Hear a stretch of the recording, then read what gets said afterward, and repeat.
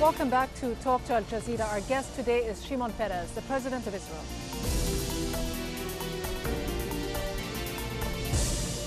There have been reports from the IAEA that have looked into the illegal strike that Israel undertook against nuclear facilities, the Israelis say, in Syria, which do not support your claim that this was indeed a nuclear facility. What are your comments? I take the version of the president of Syria. He says he didn't have one. He says Israel didn't attack it. He says we didn't hit it. So what are you asking me? But the IAEA says now that, IAEA looking into the facility, it doesn't support your claims that this was a nuclear facility. First of all, we didn't claim anything. We didn't say a word on our side. But the IAEA said also they didn't conclude yet their search. They don't have definite results. But we didn't say anything. If they didn't have a nuclear facility, so nothing happened. But Israel did bomb that facility, did it? Who said it? I'm asking you. No, the president of Syria said. But can you deny or confirm that Israel indeed did bomb that facility? Why should I deny or confirm? I don't have to. I prefer the Syrian version. It's enough for me. I don't have all the time to justify every accusations. If they have and they don't have anymore, okay. This is serious. If they never had, nothing happened. He says nobody was hurt by it. So what is the question? But the question is, did Israel bomb that supposed nuclear facility in Syria?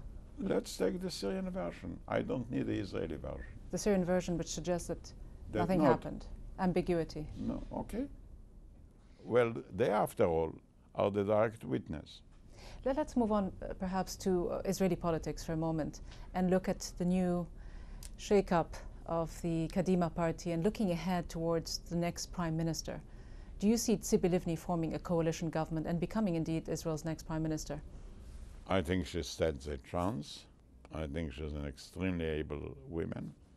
I think the women are going anyway to around the world. So we have to surrender. What can we do?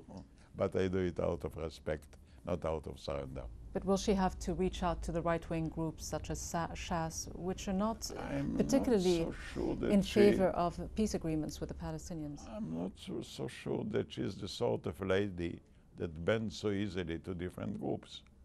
She headed our team to negotiate peace with the Palestinians. The Palestinians has expressed a great deal of trust in her.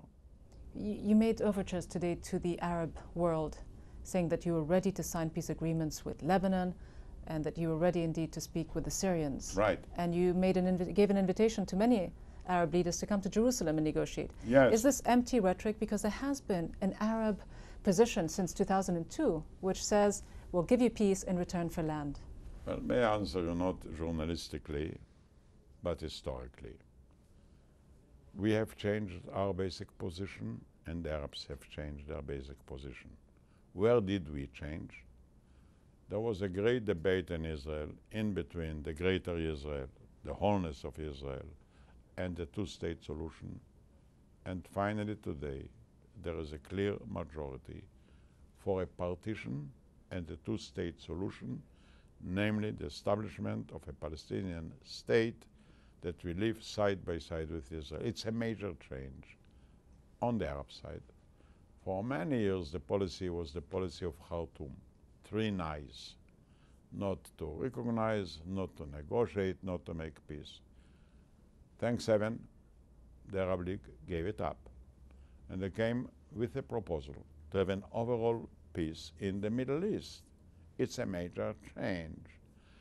And we are ready to talk about it. We don't suggest they will come to us and say, take it and leaving. You don't start a negotiation like it. But if they are ready to sit around the table, we shall sit gladly. It's their interest, it's our interest. We don't want to see Arab children, we don't want to see Israeli children living forever in danger and bloodshed. It's not necessary. I do not believe that today territory is as important as it used to be. Today the source of economic strength is science, not land. And anyway, we gave back all the land to the two parties with whom we made peace. So you cannot claim about it. Historically, there is a different situation than we read daily in the papers. But you still control the lives of Palestinians in Gaza. You still control land, sea, and airspace. That's a very good question. You're very still good. the general very good overall occupying force. Very good question. Let me answer it. In Gaza, we left completely the Strip. There is no single Israeli, civilian or military, that is there. We did something that many are accusing us in that settlements. We have had 30 settlements in Gaza. All of them were dismantled by the government using strengths. And once we left Gaza completely, dismantled the settlements, they started to fire rockets against us. Why? But you still control their lives. No, we in that cannot they cannot control. go about their daily lives without, My lady, without we going through left, Israeli checkpoints. We left Gaza completely. There is no need for checkpoints. If they wouldn't shoot, we left it out of our own free will. Nobody forced us. And let's once admit Israel did here a very far-reaching precedent. And nobody in Israel can understand. Why are they shooting? What for? Because they want to end the occupation. There is no occupation in Gaza. I'm sorry. Gaza is free completely. And the West Bank? The West Bank, we are negotiating about the West Bank. The territorial gap was today limited. Very little is in the difference between us and the Palestinians. But Israelis are asking, what will happen if you should leave the West Bank? And in the West Bank, they will start shooting like in Gaza. We must have also, look, we have the right to exist. Don't forget it. We don't have to apologize for our life. No Arab would ever agree that somebody will shoot missiles day and night against him. What sort of occupation is it? We say we are ready to finish the occupation. We are ready to have a Palestinian state. We are ready to give back most of the land. And what is being left is very little. So what is holding you back? What is holding back a comprehensive deal? Nothing is holding us back. What's holding back is the Arab side, the division between Hamas and Fatah. Hamas rebelled against the Palestinian Authority, illegally, unreasonably, in a belligerent manner. Don't put it on us. We respect the Arab leadership. We think highly about Abu Mazen, Abu Allah, Fayyad. We are ready to negotiate with them. All the issues. I think we can reach an agreement. Then you have the Iranians and the Hamas and the missiles and the Hezbollah. Take him away and we shall have peace. There is no problem of occupation. There is a problem of killing, not of occupation. We don't want any piece of land from anybody. We don't want to govern Arab lives. It's against everything that we stand for. We don't want it. We don't need it.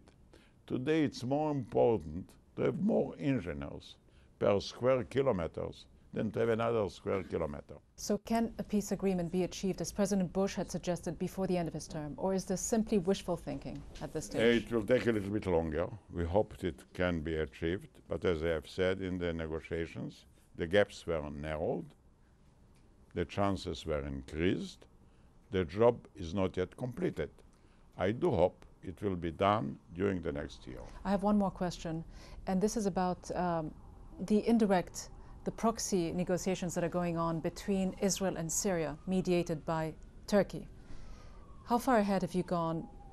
Can this produce an agreement? I think when it comes to peace, you don't need a proxy. I think the visit of President Sadat to Israel changed the whole emotion and brought to a complete peace. We suggested to President Assad to do likewise. Either he will come to Jerusalem or our prime ministers will go to Damascus and have straight face-to-face negotiations. Why be shy? Thank you so much, Mr. President. Thank you very much. That's it for this edition of Talk to Al Jazeera. Our guest was Shimon Peres, the President of Israel. I'm Ghida Fakhry at the United Nations in New York. Thanks for watching.